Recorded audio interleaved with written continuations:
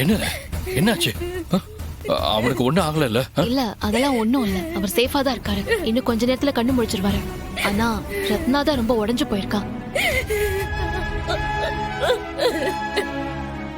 என்ன இப்படி அழுதுட்டு இருக்கா?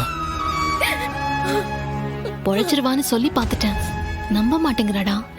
அங்கேயே நின்னு அவனையே பாத்துட்டு இருக்கான்.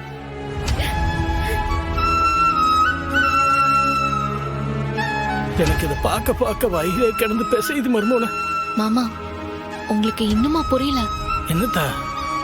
அவனை பார்த்தாலே சிடுசிடுன்னு கோவப்படுவா. அவனை பத்தி பேசினாலே எரிஞ்சு விழுவா.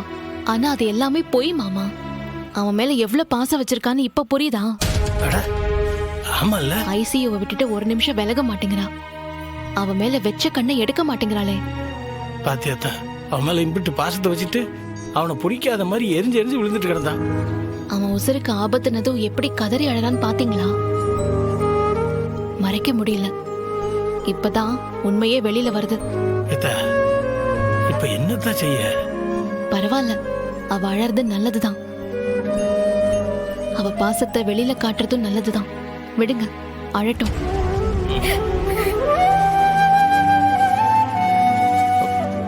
அவ அந்த மாதிரி இருந்ததுக்கும் ஒரு வகையில நான் தான் காரணமான குற்ற உணர்ச்சியா இருக்கு பரணி. டே, நீ என்னடா பேசுற? பாவம்ல அவ. என்னால எம்பிட்டு கஷ்டப்பட்டிருக்கா. டே, அவளோட இந்த நிலைமைக்கு நீ காரணம் இல்ல. ஏதோ தெரியாம வெங்கடேஷ காதலிச்சிட்டான். அது அவ மனசுல பெரிய குற்ற உணர்ச்சியா இருக்கு. அவனை விட்டு பிரிஞ்சதும் உடனடியா இன்னொரு கல்யாணம், இன்னொரு காதல்னு ஆரம்பிச்சா தப்பா இருக்கும். ஊரு தப்பா பேசும்தான் அவ வருத்தப்படுறா, பாடுபடுறா. இல்லத்தா, இதுல எந்த தப்பும் இல்லைன்னு நம்ம தான் அவளுக்கு எடுத்து சொல்லணும். அவ மனசுல இருக்கிற பயத்தை போக்கணும் தான். எனக்கு இன்னும் குற்ற உணர்ச்சி அதிகமாகுது இல்ல. என்னோட டார்ச்சரை தாங்க முடியாம தானே அவ அவசரமா வெங்கடேஷ கல்யாணம் பண்ண வேண்டி இருந்துச்சு. என்கிட்ட இருந்து தப்பிக்க தானே அவ வெங்கடேசனே கல்யாணம் பண்ணிக்கிட்டா.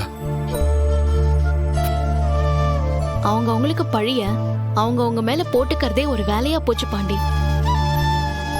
இத பாரு பாண்டி, இதுக்கும் உனக்கும் எந்த சம்பந்தமும் இல்ல. முதல்ல அறிவு கண்ணு முழிக்கட்டும்.